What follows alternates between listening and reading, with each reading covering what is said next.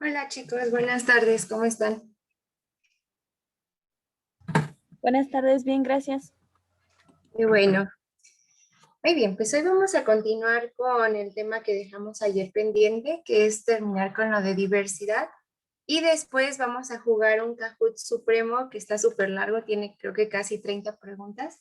Entonces voy a tratar de apurarme con este tema para que nos dé tiempo de acabar las dos actividades en tiempo. Ok, retomando lo que vimos ayer, existen tres dominios en los que se dividen todos los grupos, ¿no? De seres vivos.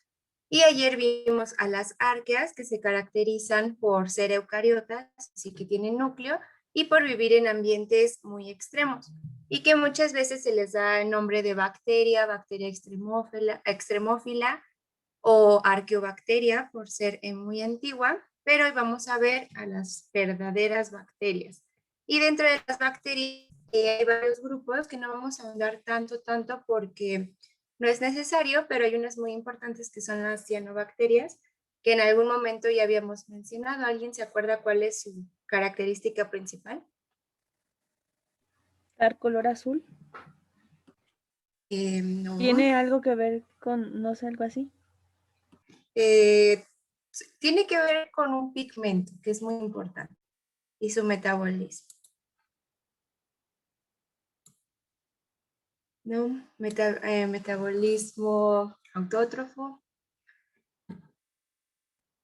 Ok, estas son las bacterias que tienen la capacidad de fotosintetizar porque tienen cloroplastos.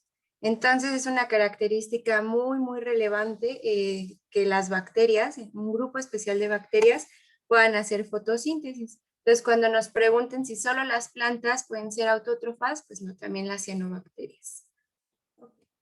Comencemos con las características de este dominio, llamado también eubacteria, porque eu significa las verdaderas. Entonces, las verdaderas bacterias, al igual que las arqueas, van a ser unicelulares, por lo tanto, solo las podemos ver a través de un microscopio. Van a ser procariotas, es decir, que van a tener su núcleo por todo el citoplasma, y su DNA va a ser de forma circular. O sea, aunque esté esparcido por ahí, va a ser de forma circular, no va a ser una línea nada más, como en el caso de los eucariotas. Tienen pared celular, lo que es muy importante, y muy importante de no confundirla con la de las plantas, porque la de las plantas se llama exactamente igual, pero está hecha de celulosa, y aquí en las bacterias no está hecha de celulosa, está hecha de otras moléculas, y además de la pared celular tienen cápsula. Entonces los procariotas tienen su membrana, ¿no? Pues la naranjita, luego la pared y luego la cápsula. Y hay que recordar que la membrana siempre va hasta adentro. Aunque tengan pared y cápsula, siempre van en este orden. Y otra cosa súper importante de las bacterias es que tienen plásmidos. Esto es como el carácter que las diferencia de todos los demás seres vivos, y son cachitos pequeños, aquí en esto que es naranjita, de DNA. Entonces tienen información genética afuera de su DNA circular, en cachitos, y estos plásmidos los van a transmitir a otras bacterias que estén a su alrededor a través de estos surcos. Literalmente se va a poner aquí una bacteria al lado, van a hacer un canal y van a transmitir plásmidos. Y de esta forma es como ocurre la reproducción sexual, que se llama conjugación, muy diferente a la de animales, por ejemplo, ¿no?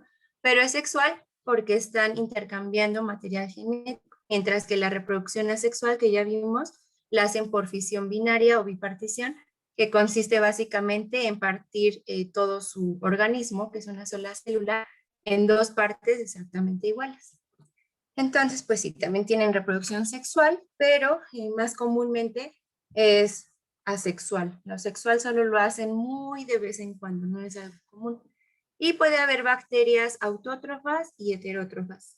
Las que son heterótrofas van a comerse a otras bacterias más pequeñas o a hongos microscópicos, o arqueas incluso podrían comer. Las bacterias se dividen por su forma en 3 grandes grupos, que son los cocos, que tienen forma de esfera, los bacilos, que tienen forma de bastón, y los espirilos, que tienen forma de, como de, ¿cómo se Espiral. dice? De espiral, gracias. Iba a decir espiroqueta, pero sí, espiral.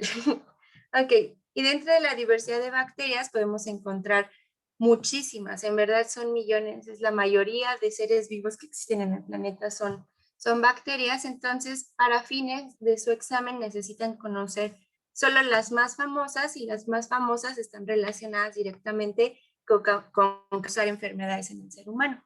Pero es muy importante que sepan que la gran mayoría ni siquiera está cerca de nosotros, ¿no? Están viviendo en los suelos, en los árboles, en otros organismos, pero pues esas no están tan estudiadas porque no son de importancia médica directa. Entonces vamos a ver las que tienen algún contacto con el ser humano. Una de las más famosas es Escherichia coli, que es la que causa la diarrea, y es esta que está aquí en verdecito. Es un bacilo. Luego Helicobacter pylori, que es la que causa la gastritis en los humanos, igual un bacilo. Streptococcus y Staphylococcus, que causan infecciones en la garganta, la piel e incluso en el cerebro, que son cocos. Y Clostridium tetani, que es la que causa el tétanos, perdón, y las salmonelas, que causan todas las infecciones intestinales. Como pueden ver, varias tienen sus flagelos, ¿no? Que también es otra característica importante para desplazarse. Bueno, eso fue todo de bacteria, fue súper breve. Y ahora pasamos al siguiente dominio, que es eucaria. Es importante que si pensamos en los reinos, hay 5 reinos. 4 de esos reinos, que son los animales, los protistas, las plantas y los hongos, están en eucaria. Entonces queda un solo reino, que es Monera, donde agrupan a bacteria y a arquea, lo cual es muy injusto porque son demasiado diferentes, pero tradicionalmente se hizo así. Es por eso que les digo que hoy en día eso de los 5 reinos ya nadie lo usa, en realidad. Más bien ocupan esto de los dominios, pero es importante que lo sepan, por si les preguntan. Entonces comenzamos con el dominio eucaria, que como su nombre lo dice, es con núcleo, ¿no? Eu, verdadero, carion, núcleo, núcleo verdadero. Y aquí tenemos a los 4 reinos, ¿no? Que acaba de decir, protoctista o protista. ¿Se acuerdan de quién dijo que era protoctista y quién dijo que era protista? Lo vimos ayer. Muy importante. Ok, protoctista lo puso Margulis y protista Whittaker. Entonces, si les preguntan cómo se clasifican los seres vivos según Margulis, tienen que escoger la opción que diga protoctista. Si es Whittaker, protista. Y dentro de este reino va a haber un montón de organismos diferentes entre sí, como son las algas. Las algas a veces se piensa que están en el reino Plantae, y durante mucho tiempo en la historia se creyó así, pero no más. Ahora están dentro del reino protista, y el otro grupo son los protozoarios y los mohos acuáticos. A veces los mohos se van con los hongos. La verdad es que protista, protoctista es conocido en términos coloquiales como el reino basura, porque todo lo que no quepa en fungi, en plantae o en animalia se va a protista. Y existen un montón de propuestas para poner otros 2 o 3 reinos en lugar de meter todo en uno solo. Pero hasta el momento, pues es lo que se sigue usando con mayor frecuencia. Después tenemos a los hongos, que pueden ser macroscópicos, como los que vemos en los bosques, los de sombrerito rojo y cuerpo blanco, que son las amanitas muscarias. Y también están los microscópicos, como las levaduras, que son las más famosas, pero hay un montón más de hongos microscópicos. Y tenemos al Plantae, que es donde están todas las plantas, animalia, todos los animales. Vamos a ver las características de la diversidad en general de cada uno. No podemos ver todo porque es demasiado extenso, pero es como una idea general de cada reino. Entonces, comenzamos con el más complejo de definir, protista, protoctista, que van a ser unicelulares y también multicelulares, autótrofos o heterótrofos. Se pueden dar cuenta como que no hay como que solo son de un tipo, ¿no? Pueden hacer casi todos las dos cosas. Hay los que hacen fotosíntesis, que son todas las algas, Los que son unicelulares, como no hacen fotosíntesis y se comen a otros protistas o bacterias. Su reproducción es principalmente asexual, aunque sí tienen reproducción sexual, pero casi no se conoce de ninguno. Y hay dos grandes grupos, ¿no? Las algas y protozoarios. Empezamos con las algas, que se van a dividir en seis grandes grupos. Las eulenofitas, crisofitas, los dinoflagelados, las clorofitas, que son las algas verdes, que probablemente son las más famosas de este reino, las feofitas, que son las algas pardas, y las rhodofitas, que son las algas rojas. En su temario dice que se tienen que ver los principales filum de cada reino. Entonces, estas 6 palabras serían lo más general de las algas. ¿Okay? Y ahora en cuanto a protozoarios, los vamos a clasificar según su movimiento, porque la verdad es que ni siquiera existe una clasificación oficial, genética o demás estudios de protistas, porque como les digo, son tan variados y tan poco conocidos que todavía no está muy claro. Entonces lo hacemos según el movimiento, en ciliados, flagelados, rizópodos y esporosos. Y sus nombres van a hacer referencia al tipo de estructura que les da su movilidad. Por ejemplo, en los ciliados, la estructura que les da su movilidad son los cilios.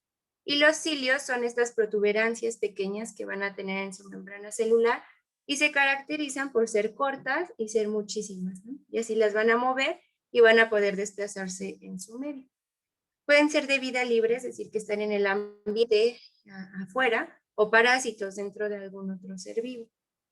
Tenemos a los flagelados, que su estructura móvil va a ser el flagelo, y este se caracteriza igual por ser una prolongación de la membrana plasmática, pero en esta ocasión van a ser poquitos. En esta imagen solo tiene uno, pero podría tener 4, 6, 8. El chiste es de que no son tantísimos como los cilios y son muchísimo más largos. Entonces no se confunden.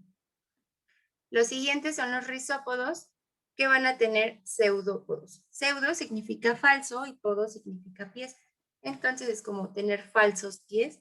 Y básicamente están aquí todas las amebas. Todas las amebas van a ser rizópodos y van a moldear la forma de su citoplasma y de su membrana plasmática para generar esta especie de piecitos y así moverse por el medio. Y por último tenemos a los más raros de todos, que son los esporosos, que son inmóviles y todos son parásitos. Y justamente son inmóviles porque como viven dentro de otro ser vivo, van a llegar, lo van a infectar y a donde lleguen y ya se sientan como las condiciones óptimas para que crezcan, se van a quedar ahí. Por ejemplo, Plasmodium es un parásito de los humanos y, si no me equivoco, se queda en el intestino. Una vez que llega al intestino, se quedan pegados en la pared de ese órgano. Y ya no necesitan moverse, desde ahí van a estar extrayendo los nutrientes que necesitan. Ok, eso fue todo de protista. Importante recordar, pues las algas, que están 6 grandes grupos, y los protistas, que se nombran por el tipo de movimiento que tienen. Pasamos al reino de los hongos o reino fungi, y estos van a tener muchas características muy diferentes a otros reinos, por ejemplo, que son saprobios o parásitos. ¿Alguien sabe qué significa saprobio? ¿Cómo lo definiría? Una palabra un poco rara. Ok, saprobio significa que el hongo, aunque esté aquí, va a estar emitiendo enzimas como de tipo digestivas, a su medio inmediato que está alrededor. Entonces, toda la materia orgánica que esté por aquí cerca va a estar siendo degradada por estas enzimas que esparce, y una vez que la materia esté lista como para ser digerida, la va a aprovechar a partir de unas estructuras parecidas a raíces. No tienen raíces, porque las raíces solo son de plantas, pero parecidas, ¿no? Y por ahí va a estar absorbiendo. Entonces, aunque el hongo no se puede mover, está comiendo cosas que no están tan cerca de él, ¿no? Las está trayendo con sus enzimas. Y también pueden ser parásitos. Un ejemplo, los que parasitan humanos, por ejemplo, el pie de atleta, entre otras cosas, los que se meten al cerebro. Entonces, pueden ser de vida libre, estando aquí en el medio ambiente, o parásitos dentro de otro animal. Y la gran mayoría van a ser multicelulares, pero sí están unicelulares. Son cosmopolitas, lo que significa que se encuentran en todas partes del mundo, incluyendo los océanos, los lagos, los ríos, las montañas, todos los lugares. y sésiles, que significa que no se pueden mover, están fijos al sustrato. Pueden ser parásitos, comestibles, venenosos, medicinales y también alucinógenos. Pueden ser macroscópicos, que los podemos ver a simple vista, o microscópicos, y van a tener una pared celular de quitina. Recordemos que en las plantas es de celulosa, aquí va a ser de quitina. Y tienen tanto reproducción sexual como asexual. Y existen más de 10.000 especies, ¿no?, que se han registrado hasta hoy en día, y estas van a estar divididas en 4 grandes grupos que se llaman zigomicota, ascomicota, basidiomicota y deuteromicota. Lo importante aquí es que noten la terminación de la palabra, ¿no?, que es micota, mico significa hongo. Entonces, si en su examen les preguntan la característica de alguno de estos 4 nombres, pues ya saben que van a ser las características del reino fungi en general. Vamos a hacer una descripción súper rápida de cada uno de estos 4 grupos. Y aquí el nombre lo reciben por el tipo de espora que tienen. Por ejemplo, los zigomicota forman cigoesporas. Entonces su nombre recuerda, ¿no?, a su estructura reproductiva. Y dentro de esta estructura van a estar todas las esporitas y cuando se reviente van a ser liberadas al medio y ya se van a juntar por ahí con otra espora.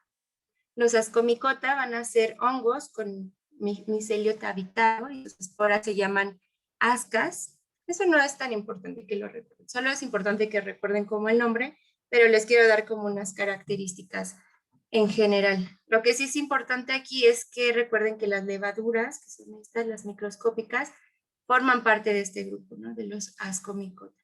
Y que aquí en esta foto se puede ver súper bien cómo se está reproduciendo de forma sexual por gemación. Vemos aquí las gemas o yemas que están brotando.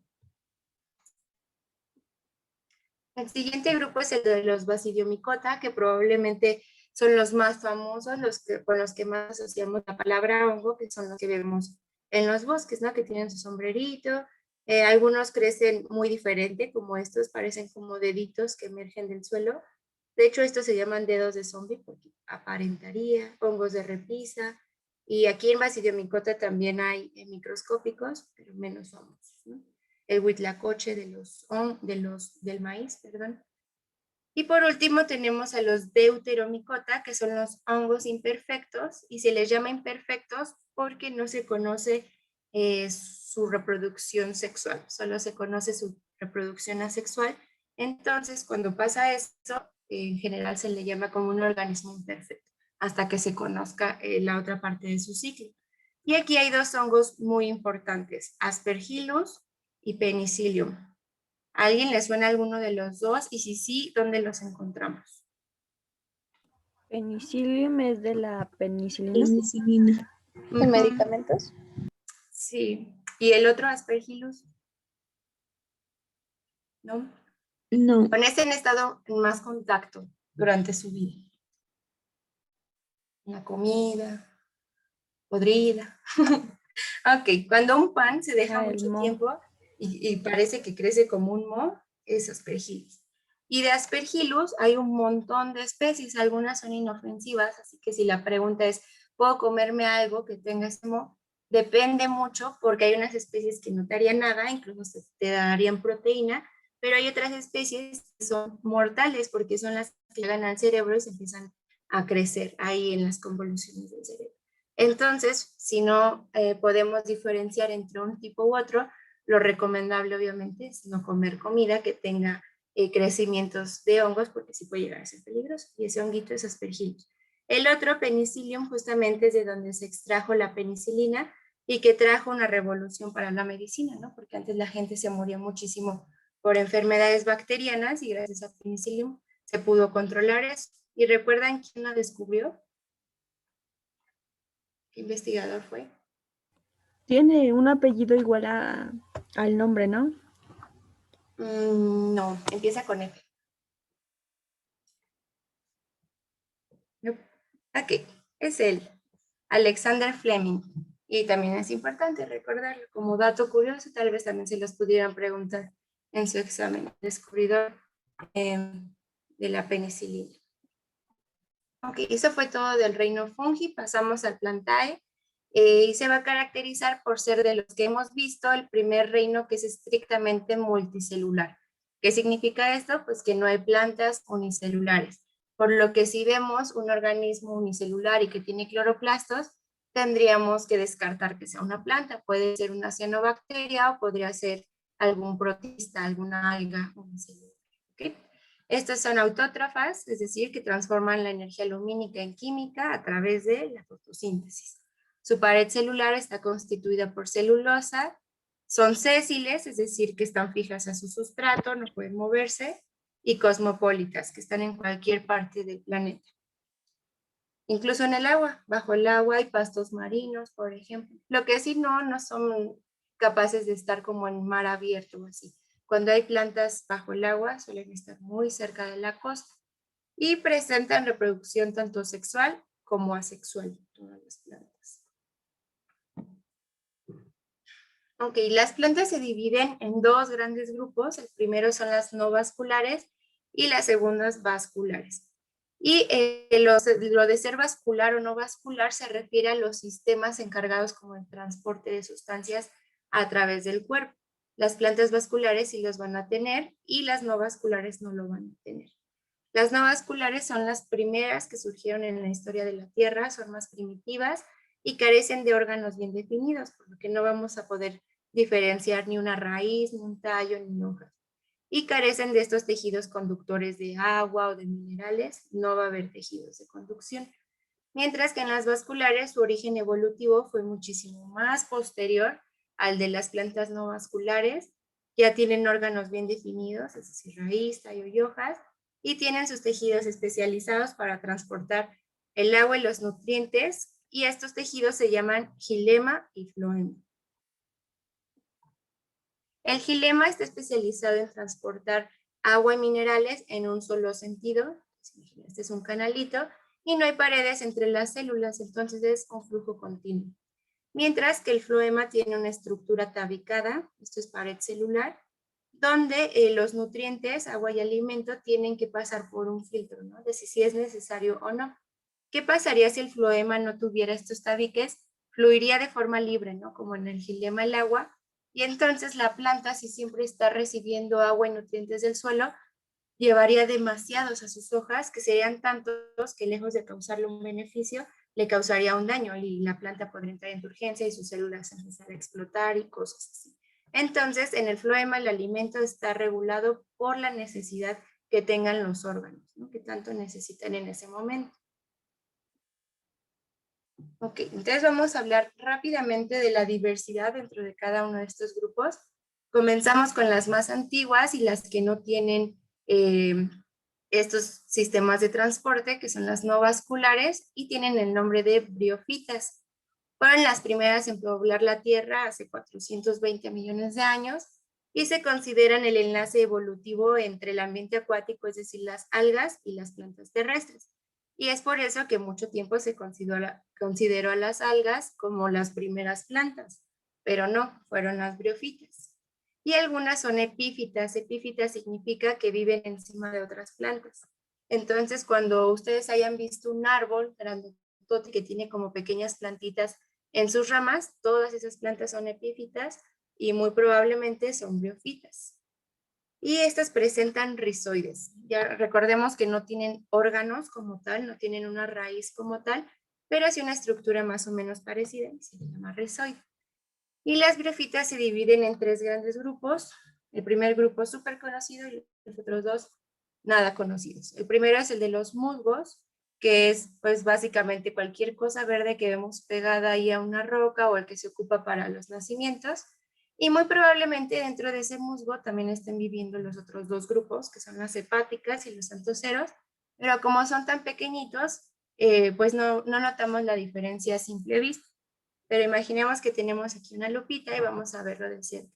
Podemos encontrar a estas tres morfologías distintas. Estos primeritos son los musgos y son los más sencillos. Tienen un cuerpo abajito, esto que es verde, recibe el nombre de gametofito, eso no importa, y lo cafecito, que es su estructura reproductiva. En esta cabecita negra, adentro están sus esporas.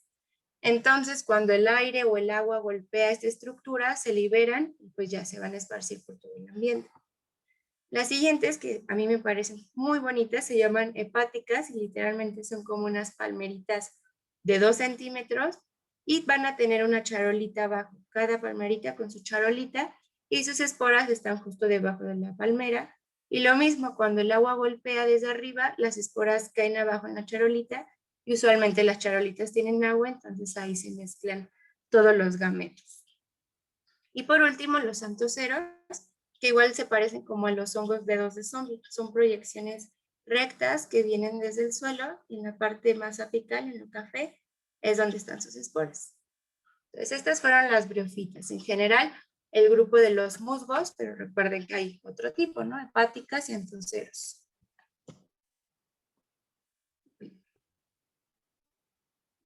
Perdón. Ok, ahora ya llegamos a las vasculares, es decir, ya van a tener sistemas de transporte de sustancias y dentro de este grupo pueden tener semilla o no tener semilla. Ahorita vamos a empezar con las que no tienen semilla y vamos a ver sus características. Ya tienen todos sus órganos, entonces podemos definir un tallo, hojas y raíz. Requieren de agua para la fecundación, entonces estas plantas se caracterizan por estar siempre cerca de cuerpos de agua, no podrían estar en un desierto, por ejemplo. Tienen hojas muy, muy largas y plumosas. Lo de plumosas se refiere a justo esto, así como que tienen muchas divisiones en una sola hoja y con soros. Los soros van a ser estas estructuras que están justo detrás de la hoja, en la parte de abajo de esto que vemos, y adentro van a estar llenas de esporas. Si se acuerdan de la reproducción asexual por esporulación, justamente vimos esta imagen, ¿no? Donde aquí están todas las esporitas y los helechos son el ejemplo más común de esporulación porque pues tienen aquí sus superestructuras para esporular. Se distribuyen en partes sombreadas de los bosques y selvas.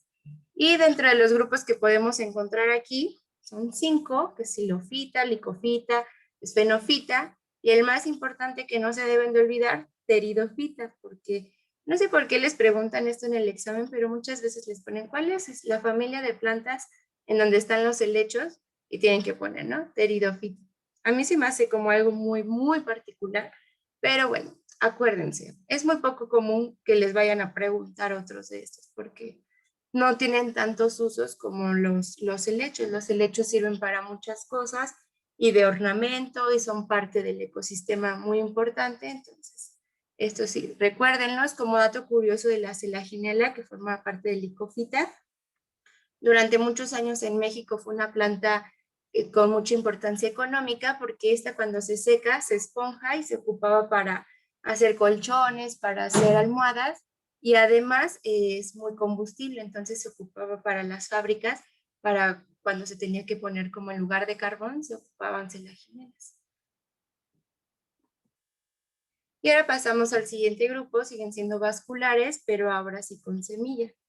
Y dentro de las plantas con semilla hay dos grandes divisiones. Otra vez, una que son las gimnospermas, que tienen su semilla desnuda, y el otro grupo que son las angiospermas, que tienen sus semillas cubiertas por un fruto. Entonces, comencemos por las que no tienen un fruto. Tienen hojas perennes, lo que significa que nunca las tiran durante el año. No importa si es otoño, van a estar verdes. Y justo por esta característica se conocen como plantas siempre verdes. Y aquí hay 4 grupos, las cícadas, los metales, los ginkgos y las coníferas. Aquí las más famosas son las coníferas. Recordemos que México es el primer lugar en diversidad de coníferas. Entonces aquí podemos en la Sierra Madre Occidental encontrar un montón de pinos diferentes. Muy importante para México, para la industria maderable, entre otras cosas. Y los gingos, pues también son medio famosos por el ginkgo biloba, que es ocupado para test curativos, para cuestiones del aparato digestivo. Y cícadas y metales, así casi no son tan conocidas. Pasamos a las angiospermas, que de todas las plantas son las más complejas porque tienen mucho más estructuras. Tienen el fruto que encierra la semilla y esto surge como una novedad evolutiva para que cuando el fruto caiga al suelo, un animal quiera comerlo, se coma la semilla y cuando camine lejos de la planta madre a otro lugar del bosque y haga sus necesidades, expulse la semilla en otro lugar y pueda crecer un árbol en otro lugar distinto al de la madre. Entonces es como una novedad muy importante el fruto. Tiene órganos sexuales que se agrupan en flores y son las plantas más complejas, ¿no? Entonces recordar de las angiospermas, su fruto y que tienen flor. Y dentro de las angiospermas, otra vez hay otra división. Son muchas divisiones en plantas. Y las angiospermas, es decir, plantas con flor, se dividen en dos grandes grupos. Las monocotiledóneas y las dicotiledóneas. Mono quiere decir uno y cotiledón es una estructura, ¿no?, del embrión de la planta. Entonces, plantas con un solo cotiledón muy importantes para nosotros son el maíz, el trigo y el arroz. Y podemos reconocer plantas de este tipo sin ver su embrión por el tipo de venación que tenga la hoja. Si solamente tiene una vena en medio y divide a la hoja justo en dos, monocotiledónea. Y la que tienen dos cotiledones se van a caracterizar por ser hojas con venación ramificada totalmente. Y ejemplos de estas, los frijoles, las habas, los garbanzos, las semillas de girasol. Y eso fue todo de reino plantae. ¿Hasta aquí alguna duda? Ya vamos a llegar al último reino. No. Ok. Vamos a ver las características de los animales. Son eucariontes, tienen núcleo, todos son multicelulares, entonces no hay animales microscópicos, todos son heterótrofos, entonces ninguno puede hacer fotosíntesis, todos aerobios, necesitamos oxígeno, algunos son sésiles, pero la gran mayoría móviles. ¿Se acuerdan cuáles son el ejemplo de animales sésiles? Algún día los mencionamos por ahí.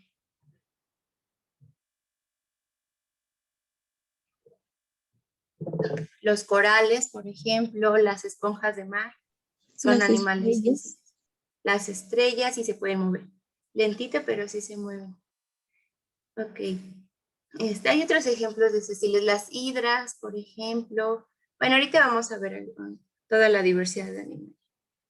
Almacenan sus polisacáridos en forma de glucógeno.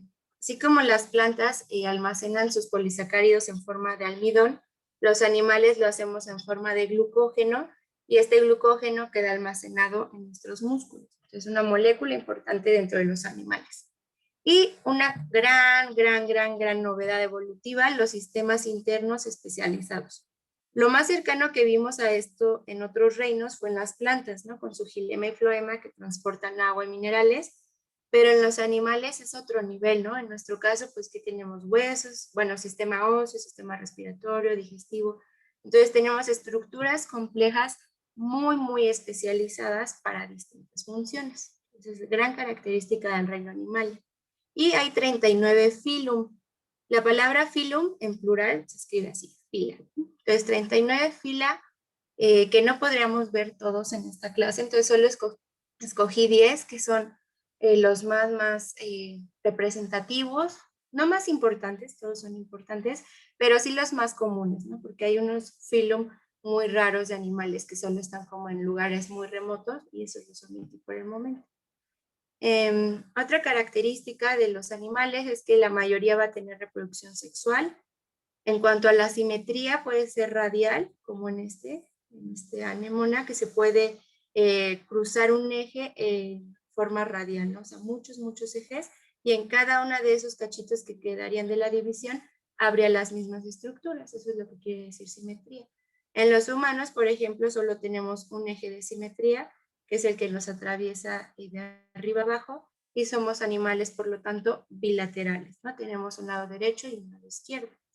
Y, por ejemplo, también nos podemos dividir en la parte que ve hacia enfrente y la parte de atrás, pero ya no son iguales. Entonces, por eso solo derecha e izquierda, y se supone que tenemos lo mismo, obviamente, excepción del corazón. Se supone que lo tenemos más hacia el lado izquierdo, ahí no es totalmente simétrico, pero en general. Y otra cosa muy importante es la cefalización. Alguien que me diga qué se le ocurre con la palabra cefalización. ¿De cabeza tiene que ver con las cabezas? Sí, muy bien, justamente tiene que ver con el desarrollo de una estructura a partir de muchas glándulas que se fueron juntando, dieron origen a lo que es como un cerebro primitivo y luego a la cabeza, que es la estructura como que lo va a soportar, lo va a proteger, y eso es una característica súper importante y única de Animalia. No todos los animales tienen cabeza, pero sí algunos. Y otra cosa importante es que los animales se pueden dividir en dos grandes grupos dependiendo de las divisiones que hay en su desarrollo embrionario. Después vamos a ver el desarrollo embrionario la semana que viene. Entonces estas palabras raras de endodermo y ectodermo quedarán más claras la siguiente semana. Pero de momento que sepan que hay animales que tienen dos capas en el desarrollo y se llaman diblásticos. Y hay otros animales que son triblásticos y tenemos tres capas: endodermo, mesodermo y ectodermo. Y con base en esta estructura y la complejidad celular se van a dividir en tres grandes grupos de animales: los parazoos, que son los más sencillos; los mesozoos, más o menos sencillos; y eumetazoos, los que son muy complejos. Los humanos estamos en los eumetazoos. Ahora sí vamos a ver unos ejemplos rápidamente de animales. Comenzamos con porífera, que es donde están todas las esponjas de mar, animales sésiles y de muchos colores, con gran importancia en los arrecifes, le dan estructura, son parte de la estructura del ecosistema porque son la casa de otros animales, por ejemplo. Al igual que los nidarios, dentro de los nidarios hay varios grupos, que están las hidras, que habíamos visto porque se reproducen por gemación, las anémonas, las medusas y los corales. Entonces estos cuatro forman un solo filum, ¿no? Y los arrecifes, por ejemplo, tienen, los corales son gran parte importante de los arrecifes también, junto con las esponjas de mar. Los siguientes dos filum son los platelmintos y los nemátodos, que comparten una forma parecida de gusano. Los platelmintos son gusanos aplanados dorsoventralmente, como las planarias. Estas también ya las habíamos visto cuando vimos fragmentación, de que aquí puedes partir a las planarias en 10 y van a salir 10 planarias adultas otra vez. Las fasciolas y las solitarias, que son parásitos de los humanos. ¿Esto qué creen que sea? Lo cafecito, que hay un montón de solitaria dentro. El estómago. Es un cachito de intestino grueso de un humano, para que se imaginen. Cuando alguien tiene parásito de solitaria, está tremendo. O sea, pueden ser kilos y kilos de solitarias que han estado creciendo allí por años. Hoy en día ya no es una causa de muerte, pero mucho tiempo lo fue. Y en lugares remotos del país, en localidades muy alejadas donde no tienen servicios médicos, la gente se sigue muriendo por este tipo de situaciones, cuando lo único que es necesario es tomarse una pastilla para que la solitaria muera. Muy triste ese caso y es muy doloroso además. Pero bueno, pasamos al siguiente filum, que son los nemátodos, que son los gusanos redondos, y la mayoría también van a ser parásitos. Entonces, aunque ambos tienen formita de gusano, estos son más chiquitos y redonditos. Y llegamos ahora hacia los gusanos que conocemos más comúnmente, que son los anélidos, y son gusanos segmentados o anillados. Y justamente para diferenciarlos de los anteriores, pues vemos, ¿no?, que tienen todos estos anillos. Bueno, el anillo es este, perdón, y estos son los segmentos, ¿no?, que tienen muchos, muchos segmentos. Y aquí podemos encontrar a la lombriz de tierra y también a las sanguijuelas, que si ven también tiene sus segmentos y su anillo. El siguiente filum es el de los moluscos, que es uno de los filum más diversos también que existen. Por darles algún ejemplo, son las almejas, las ostras, de donde se sacan las perlas, los mejillones. Todos estos son como importantes para la industria de alimentos, ¿no?, la mayoría. Las lapas, las babosas marinas, que son animales muy, muy bonitos, muy coloridos. Hay así azules, morados, rosas, verdes. Los calamares, los pulpos, los caracoles, tanto marinos como los terrestres. Es muy interesante en el caso de los caracoles terrestres porque todos sus parientes son marinos, incluso marinos de profundidad como los calamares, y estos en algún momento de su evolución salieron a la tierra y hoy pues los vemos muy comúnmente y pues su hermanito está allí viviendo en los mares, ¿sí? Ok, pasamos al siguiente gran filum, que es Artrópoda. Es el filum más diverso dentro de Animalia. Dentro de Artrópoda está el 80% de la diversidad total de los animales. Y este filum está formado por varios grupos. Uno de esos grupos son los arácnidos, donde están las arañas, los escorpiones y los ácaros, que son estos. Entonces, sí, un ácaro es hermano de alacrán y el alacrán de las tarántulas, de las arañas que tenemos normalmente en nuestra casa, las patonas, todas esas. Estos tres son una sola familia. Y en México solamente existen dos especies de importancia médica, es decir, que nos podrían causar daño como humanos, que son la viuda negra, que es esta, y la violinista. Y no hay ninguna otras especies con las que se les pueda confundir, la verdad es que son muy distintas. Sin embargo, muchas especies que son negras simplemente pues son matadas creyendo que son viudas negras, ¿no? La viuda negra, para que la reconozcan, tiene en su abdomen una estructura roja de dos triángulos invertidos, aquí casi no se ve. Y la violinista tiene un abdomen súper alargado, justamente como en forma de violín. Si les interesa, pueden buscar fotos en Google y van a ver. Son bonitas, a su manera, son bonitas, y para que las puedan reconocer si algún día se encuentran con una. Tenemos después a los crustáceos, que van a ser grupo hermano de arácnidos, conformando artrópoda todavía.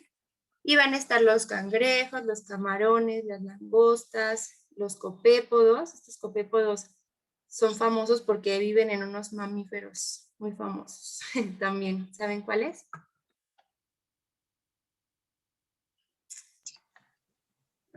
No. En las ballenas. ¿Han visto que las ballenas tienen así como cositas pegadas en sus aletas, en sus espaldas? Justamente son estos copépodos, también tienen percebes, que aquí no puse una foto, y estos son muy filosos, entonces cuando las ballenas se pelean, utilizan a estos animales como cuchillos o como navajas, y así es como pues se cortan entre ellas. Los isópodos, las cochinillas, las que se hacen bolita, las que son terrestres, también son crustáceos. Siguiendo con artrópoda, están los quilópodos y los diplópodos. Los quilópodos son los 100 pies y los diplópodos son los 1000 pies. Ninguno de estos dos tienen ni 100 ni 1000 patas, pero se les dice así pues porque tienen un montón, un montón, un montón. Después está insecta, insectos, que dentro de artrópoda es la que más aporta la diversidad. Son los chapulines, mariposas, escarabajos, abejas, cucarachas, mosquitos, libélulas, todo lo que tiene esta formita, ¿no? Justamente de insecto. Y pues son muy, muy, muy, muy diversos. Las polillas, también. Y ya, eso fue todo de artrópoda. Pasamos a los siguientes dos filum, equinodermata, donde vamos a encontrar a todos los animales con 5 ejes de simetría. Van a estar las estrellas de mar, las galletas de mar, los pepinos, los erizos y los lirios. Y luego llegamos finalmente a los cordados, donde van a haber 3 grandes grupos. Los cefalocordados, que son los anfioxos, que son estos que parecen pececitos, pero no son pececitos. Urocordados, o que también se conocen como tunicados, que son súper, súper extraños porque parecieran como una medusa sésil, una medusa que no se puede mover, y como con luz eléctrica, ¿no? Pareciera. Y los vertebrados, que es también uno de los grupos más famosos, más estudiados por los investigadores. Y estos 3 grupos van a compartir una característica muy, muy importante, que es la notocorda. Justo de ahí viene el nombre de cordata. Y la notocorda es justo esta estructura tubular que recorre todo el cuerpo, tanto aquí como en los tunicados. Y en los vertebrados, ¿ustedes qué creen que es la notocorda? O en los humanos, en nuestro caso, ¿qué creen que sea? La columna vertebral. Exactamente, la columna vertebral surge como una novedad evolutiva para darle fortaleza al cuerpo, y ya en el caso de los organismos con cerebro, pues estos no tienen, surgió para darle soporte a la médula espinal, que es una parte muy importante para el desarrollo del cerebro. Y dentro de Chordata, en la parte de los vertebrados, pues tenemos a los grupos más conocidos, ¿no? Con los que más convivimos además, que son los peces, los anfibios, los reptiles, las aves y los mamíferos, grupo al que pertenecemos. Y eso fue en términos generales un repasito de todo lo que es la biodiversidad biológica, diversidad biológica o biodiversidad. Y esta la vamos a definir pues básicamente como todas las especies que van a vivir en un determinado lugar. Podemos hablar de la diversidad de un estado, la diversidad de un país, la diversidad de una región geográfica, de un continente o la diversidad total del planeta, depende de la escala, pero siempre va a estar referida a un lugar, ¿no? Dependiendo de cada lugar vamos a tener ciertos parámetros. Y en México, tomando de referencia, ahí existe el 70% de la diversidad total del mundo. Entonces, muchísimo, ¿no? Muchísimo, el 30% solamente no está aquí. Y otro concepto importante, si hablamos de diversidad, son las especies endémicas, que son todas esas especies que se distribuyen en un lugar geográfico determinado muy específico. Por dar un ejemplo, la vaquita marina, que es totalmente una especie mexicana, se distribuye en el Alto Golfo de California. Aquí tenemos el Golfo, Baja California Norte, Baja California Sur, Sonora, y la vaquita solamente se distribuye aquí donde está este circulito, o sea, no aquí, no aquí. Aunque es agua y más o menos toda es igual, la vaquita marina tiene un rango de distribución súper único. Entonces es una especie endémica del Alto Golfo de California de México. Y entonces endémico es pues una especie que no vamos a encontrar en ninguna otra parte del mundo de forma natural, porque tal vez la podríamos encontrar en un acuario o que alguien se llevó una y la puso en otro mar y ya se reprodujeron. Eso ya es una cosa distinta, que de forma natural se distribuyan en una sola área, es lo que los hace endémicos. Y para darles un dato importante y curioso de México, en cuanto a los cactus, son una especie endémica del continente americano y presenta el 36% de todas sus especies en México, lo que vuelve al país con más especies de cactáceas en todo el continente. Y de las especies que habitan México, alrededor del 87% son endémicas. Entonces, de ahí la importancia de cuidar todo este tipo de vegetación, porque si se extingue aquí, se extingue para siempre en todo el mundo. Y estudios calculan que más o menos el 54% de las plantas vasculares de México son endémicas. Entonces, no solo los cactus son muy importantes, sino que la gran mayoría de plantas en México solamente están en México en muchos casos. Bueno, otra vez hablando de cactáceas, de las 1.400 especies de cactáceas del mundo, en México hay 669, de las cuales 518 solamente van a estar aquí en México. Y por último tenemos el concepto de especies en peligro de extinción, que son todas estas especies que están en peligro de desaparecer, que quedan muy pocos individuos y que ya la población no está sana. Que en cualquier momento que mueran estos individuos se acaba para siempre la especie. Les puse aquí los ejemplos más representativos de México, la vaquita marina, que es de la que hablamos. El año pasado salió un informe en el que ya se daba por extinta y después se volvieron a ver 4 individuos y no se quiso levantar lo de que estaba extinta porque no se sabe si esos 4 individuos se iban a reproducir porque eran 3 machos y una hembra. Entonces, pues si habían los dos sexos, es probable que sucediera, pero quién sabe si con éxito. Entonces, hasta que no pase, sigue ya estando considerada como extinta. La tortuga laúd, que es la tortuga más grande del mundo, algún tipo de orquídeas, los pepinos de mar, bueno, no todos, especies en particular, los ajolotes de Xochimilco, el lobo mexicano, la mariposa monarca, el jaguar y la guacamaya roja. Okay. ¿Alguna duda, chicos, del tema de diversidad? No.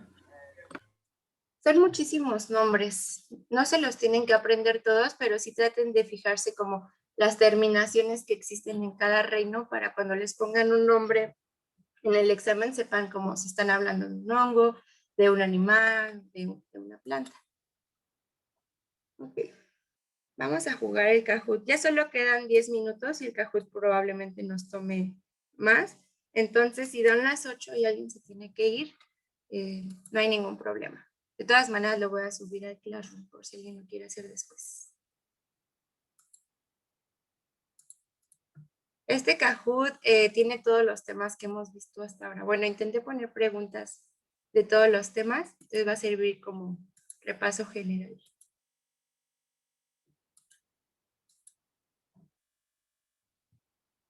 Está cargando.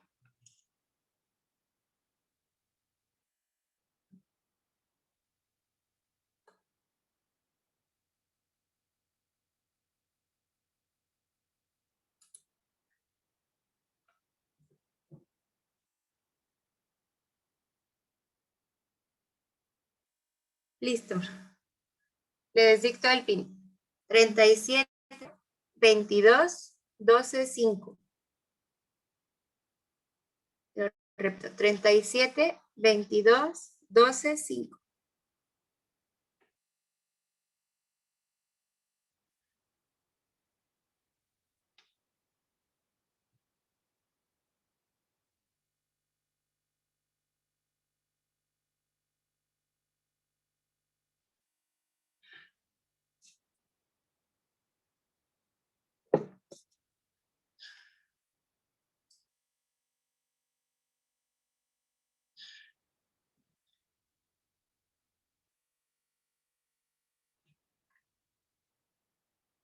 Hoy faltaron un montón, casi la mitad.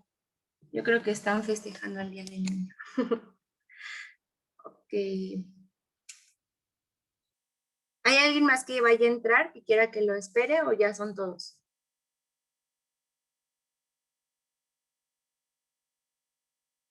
Ok, le voy a dar a empezar.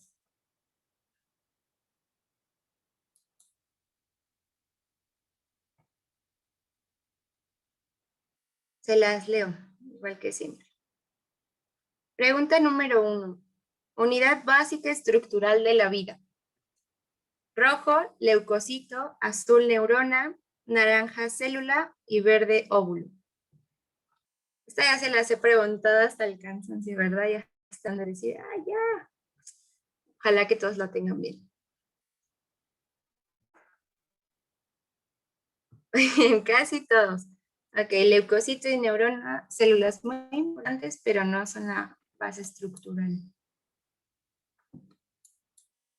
Muy bien. Pregunta número 2. Organelo exclusivo de la célula vegetal. Rojo, ribosoma, azul, cloroplasto, naranja, mitocondria y verde, centrosoma.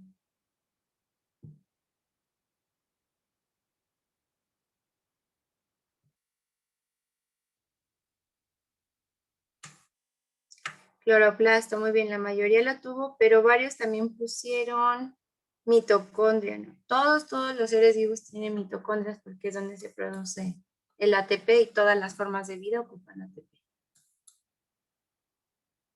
Ok, pregunta 3. ¿Los organismos anaerobios, espacio, pueden desarrollarse en presencia o ausencia del oxígeno? Rojo, estrictos, azul, precisos, naranja, obligados y verde, facultativos.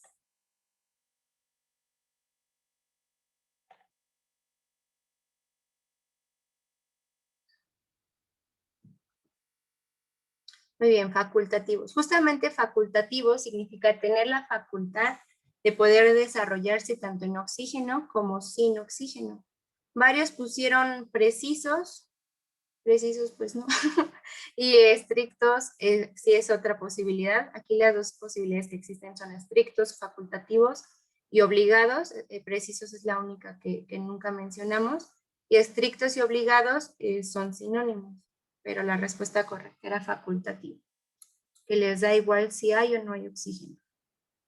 Igual si tienen dudas con la respuesta correcta, me dicen y lo explico otra vez si quieren. Pregunta 4. Durante la fotosíntesis se libera oxígeno por fotólisis de la molécula de rojo, dióxido de carbono, azul, clorofila A, naranja, clorofila B y verde, agua.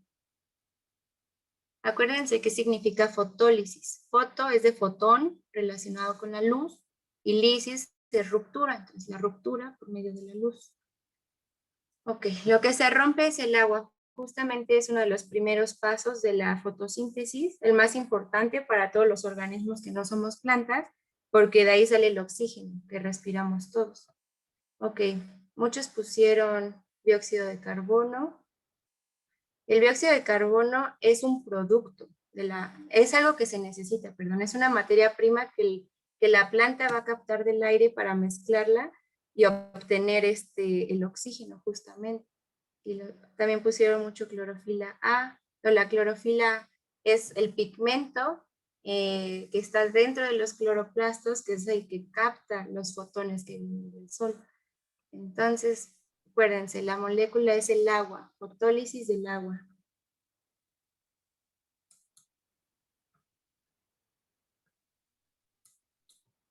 Muy bien, Mayra.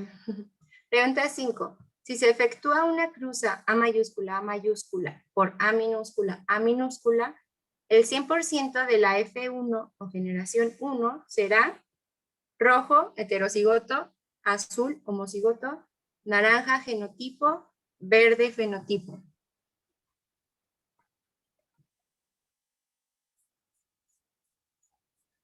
Heterocigoto justamente sería A mayúscula, A minúscula, toda la generación 1.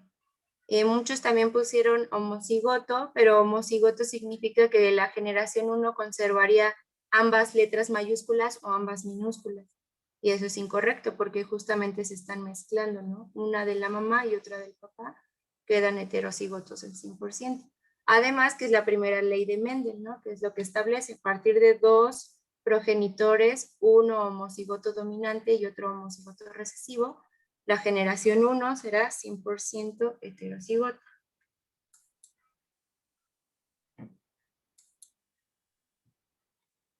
6. ¿Cuál será el genotipo de la F1 si cruzamos A mayúscula por A minúscula, A minúscula? Rojo, homocigoto dominante, azul, homocigoto recesivo, naranja, heterocigoto y verde, la mitad heterocigota y la mitad homocigota dominante. Muy bien, heterocigoto. Aquí, o sea, simplemente fue como la pregunta anterior, solo que antes estaba escrita con la palabra y aquí con la nomenclatura, ¿no? De cómo se escribe un organismo heterocigoto. Muy bien. Pregunta 7. Durante este tipo de división celular, los cromosomas se entrecruzan en la profase. Rojo, bipartición, azul, fisión, naranja, meiosis y verde, mitosis.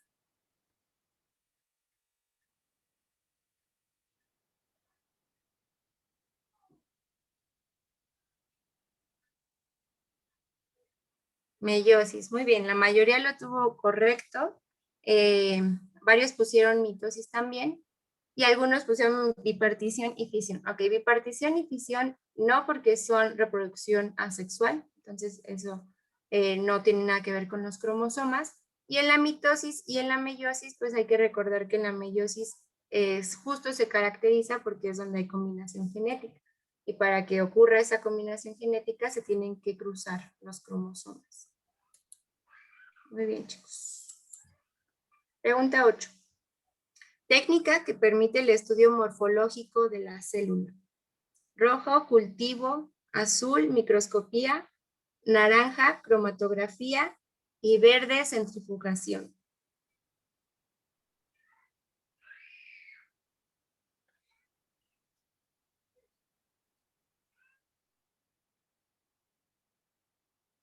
Muy bien, microscopía. Es la herramienta que nos permite ver la forma de las células. Pregunta 9. El uso de las mismas, espacio, como base bioquímica es una de las principales características de todos los seres vivos. Rojo, energías, azul, organizaciones, naranja, biomoléculas, verde, formas de respiración.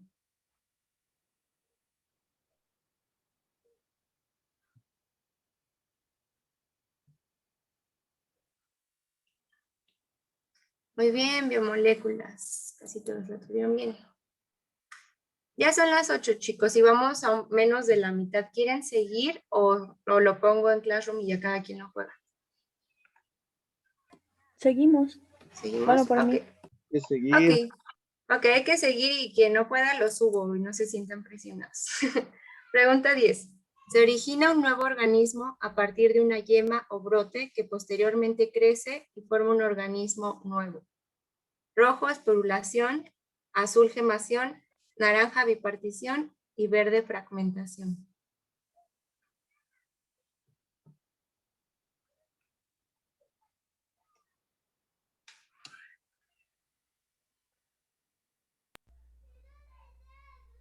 Ok, la respuesta correcta, gemación. Yo digo que en la pregunta, por ejemplo, cuando mencionan yema, lo podrían ocupar como pista, ¿no? Yema como yemación. Y otra cosa que pusieron mucho fue fragmentación. Fragmentación es como en las estrellas de mar, que a partir de un cachito del organismo adulto se genera otro, pero es distinto, ¿no? El modo en el que se llega. La gemación es a partir de la protuberancia de una parte del organismo y en la fragmentación por el desmembramiento, ¿no? Total de alguna parte. Se parecen, pero sí tienen sus diferencias. Ok, pregunta 11.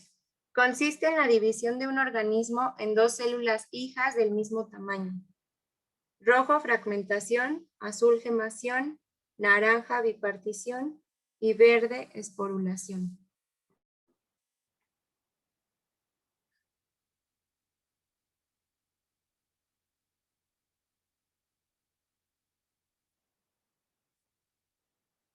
Muy bien, bipartición. Alguien que me diga el sinónimo de bipartición, también se le dice así. ¿De dos? ¿Cómo? O sea que es de dos. Bi de Sí. dos. Ok. Sí, pues sí, es de dos.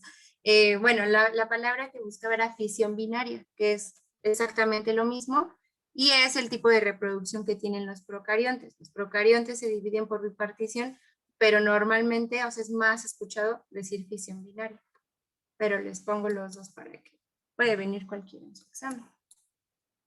Ok, pregunta 12. Los helechos, es decir, pteridofita, presentan este tipo de reproducción asexual. Rojo, bipartición, azul, esporulación, naranja, gemación y verde, fragmentación.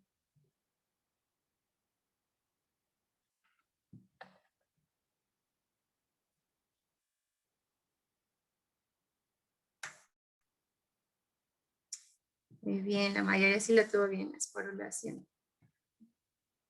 Las plantas, algunas otras plantas sí lo hacen por gemación como los cactus, pero en el caso de los helechos, recuerden que es el ejemplo estrella de la esporulación por las estructuras que acabamos de ver, que son los soros que están debajo de sus hojas, que están repletos de esporas.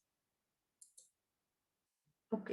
Pregunta 13. Conjunto de reacciones bioquímicas por las cuales ciertos compuestos orgánicos se degradan por oxidación. Rojo, fotosíntesis, azul, fotoperiodo, naranja, respiración y verde, nutrición.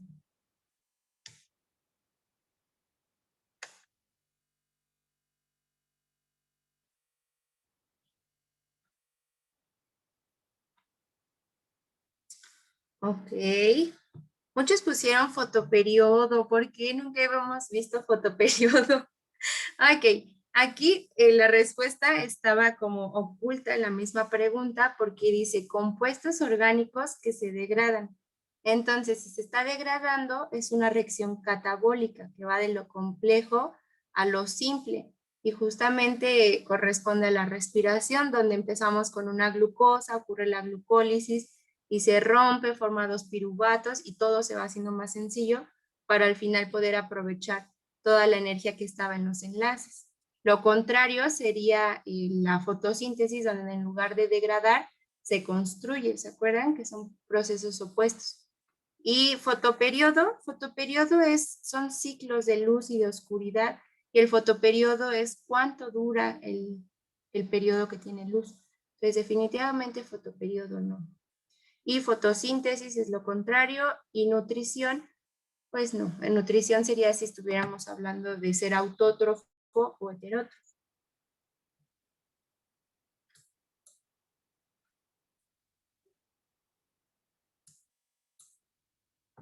Pregunta 14.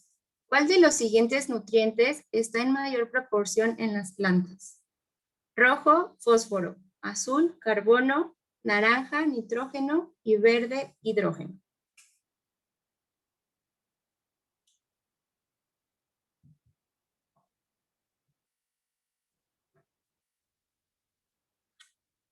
Muy bien, nitrógeno. Eso sí es como de memoria, ¿no? Porque no es tan intuitivo. Podría pensarse que el carbono tal vez, pero no, es el nitrógeno. Muy bien.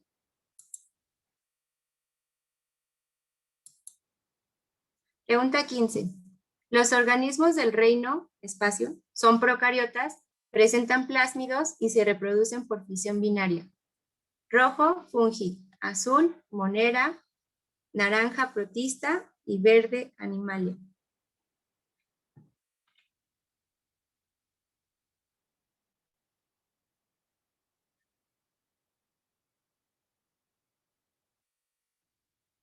Monera.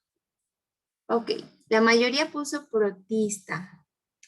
Todos los protistas, que son las algas y los protozoarios, son eucariotas. Entonces, nos recuerden que procariotas solamente son bacterias y arqueas.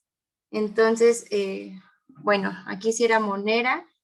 ¿Qué más? O sea, los plásmidos son una estructura súper única nada más de las bacterias y justamente eran esos cachitos de ADN que se pasan de pared a pared celular las bacterias. Y de que se reproduzcan por fisión binaria también súper único de las bacterias. Esto sí, no hay confusión porque son cosas que solo pasan en monera.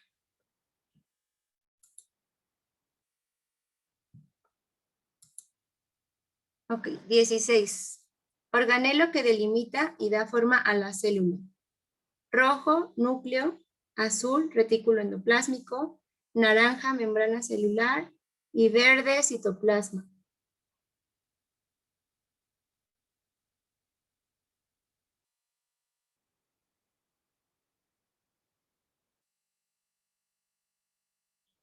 Muy bien, membrana celular. La mayoría lo tuvo correcto. Pregunta 17. Coordina todas las funciones de la célula. Rojo, lisosoma. Azul, ribosoma. Naranja, núcleo. Verde, aparato de Golgi.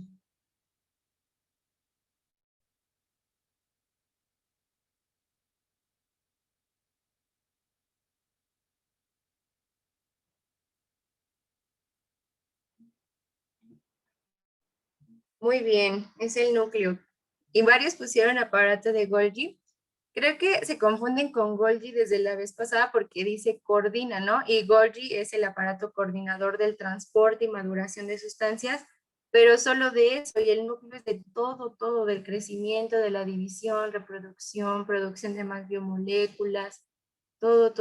No se confundan ahí con lo de coordina. Ok, pregunta 18.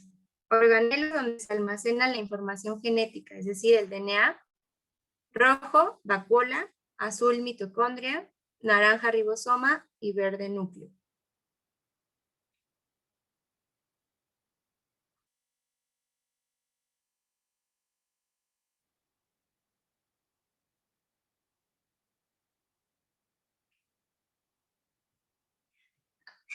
Ok, la respuesta correcta es núcleo. Bueno, puse nucelo, perdón.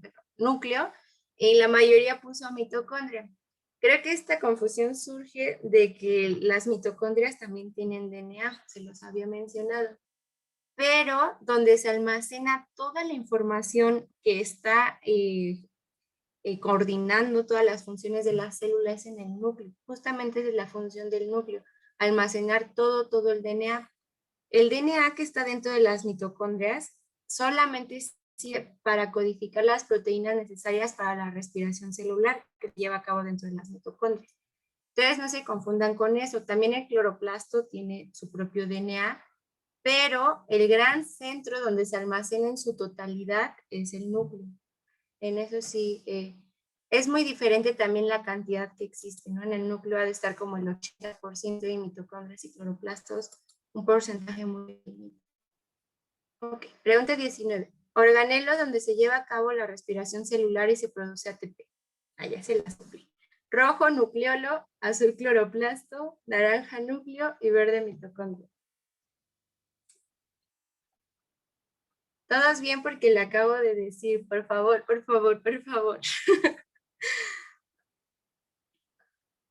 Ok, muy bien, casi todos. La mitocondria. Mitocondria es donde se lleva la respiración, se produce la energía.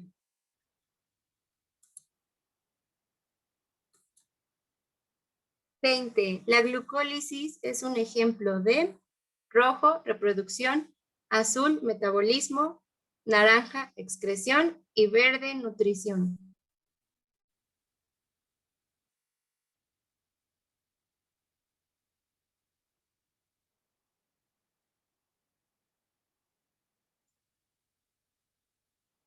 Muy bien, es un tipo de metabolismo. Muy bien, Ana. Has con todo. 21. Las reacciones anabólicas necesitan energía para la síntesis de macromoléculas. Rojo, exergónicas, azul, exotérmicas, naranja, endergónicas y verde, endotérmicas.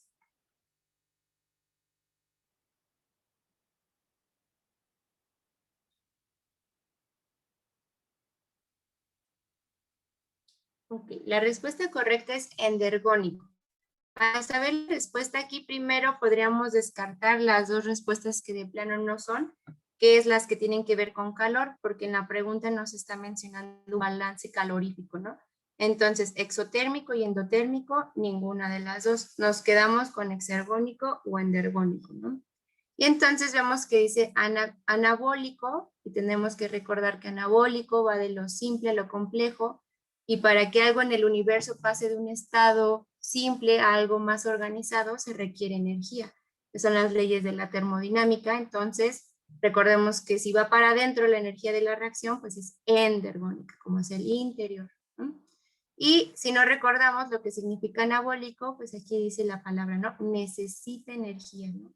Necesita energía. Ya si no nos acordamos que es de lo simple a lo complejo, pues ya sabemos que va a necesitar energía al menos. Pues muchas veces en la pregunta viene pues una pista, ¿no? Pequeñita. Les quería decir que todas las preguntas que han pasado ahorita en el Kahoot, junto con todas las opciones, son las que vienen en la guía del Politécnico del 2021, para que no crean que yo las inventé. Así es como se los preguntan. 22. En la mitosis se obtiene como producto final 4 células haploides, rojo, azul, 2 células haploides, naranja, 2 células diploides y verde, 4 células diploides.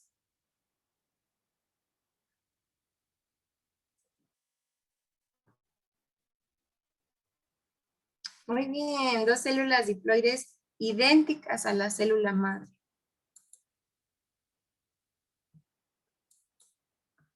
Penúltima.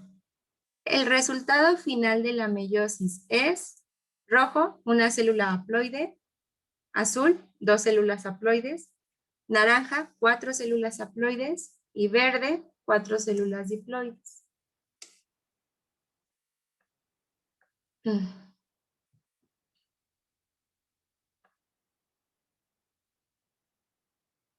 Okay. Respuesta correcta es 4 células haploides.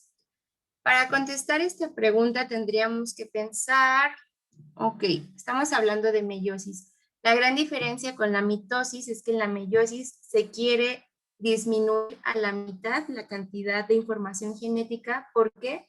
Porque estamos generando células sexuales, o sea, óvulos y espermatozoides. Y queremos que tengan la mitad para que cuando ocurra la fecundación y se junten en el cigoto ambos gametos, se restaure la condición genética de ser diploide. Entonces, en la meiosis se busca obtener células con la mitad de la carga genética.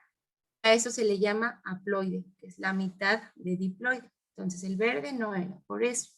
Y luego, en cuanto a la cantidad, una no puede ser porque justo si se está dividiendo, por lo menos tienen que ser 2. Y para saber si son 2 o 4, tenemos que recordar que la meiosis tiene 2 ciclos de división, la meiosis 1 y la meiosis 2. De la meiosis 1 se obtienen 2 células y la siguiente división otras 2 células. Y al final 4 células haploides. ¿Sí tiene sentido esto? ¿Sí queda claro como el proceso de cómo ir sabiendo qué respuesta a ir eliminando? ¿Sí? Ok, con la siguiente. Última pregunta. ¿Cuál de los siguientes reinos no es eucarioto?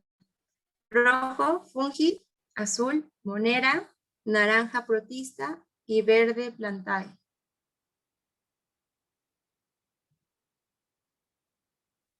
Es el único reino no eucariota.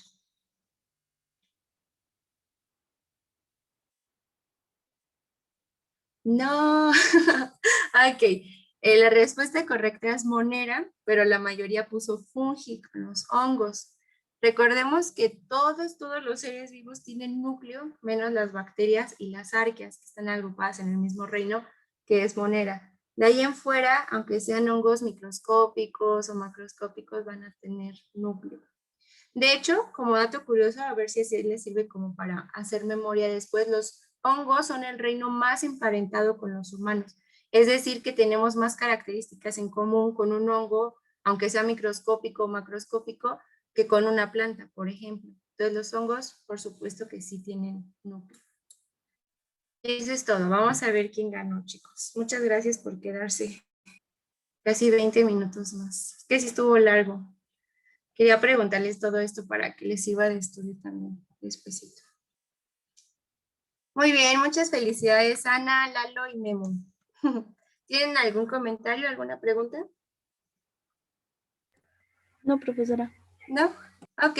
Bueno, no olviden hacer su tarea porque solo la han hecho 5, tienen hasta el domingo y nos vemos la siguiente semana. Tengan un bonito fin. Cuídense mucho. Gracias, igualmente, hasta luego. Gracias, hasta luego. Hasta luego. Hasta luego.